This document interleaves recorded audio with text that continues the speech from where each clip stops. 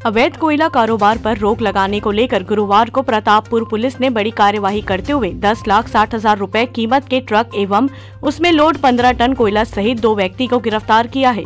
Police अधीक्षक सूरजपुर रामकृष्ण साहू ने जिले के थाना चौकी प्रभारियों को अवैध कारोबार पर सतत निगाह रखते हुए कड़ी कार्यवाही करने के निर्देश दिए थे।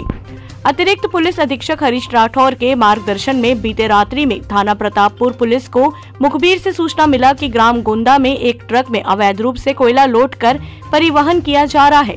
सूचना पर पुलिस ने त्वरित कार्यवाही करते हुए घेराबंदी कर ट्रक क्रमांक CG15 AC 5100 को रुकवाया।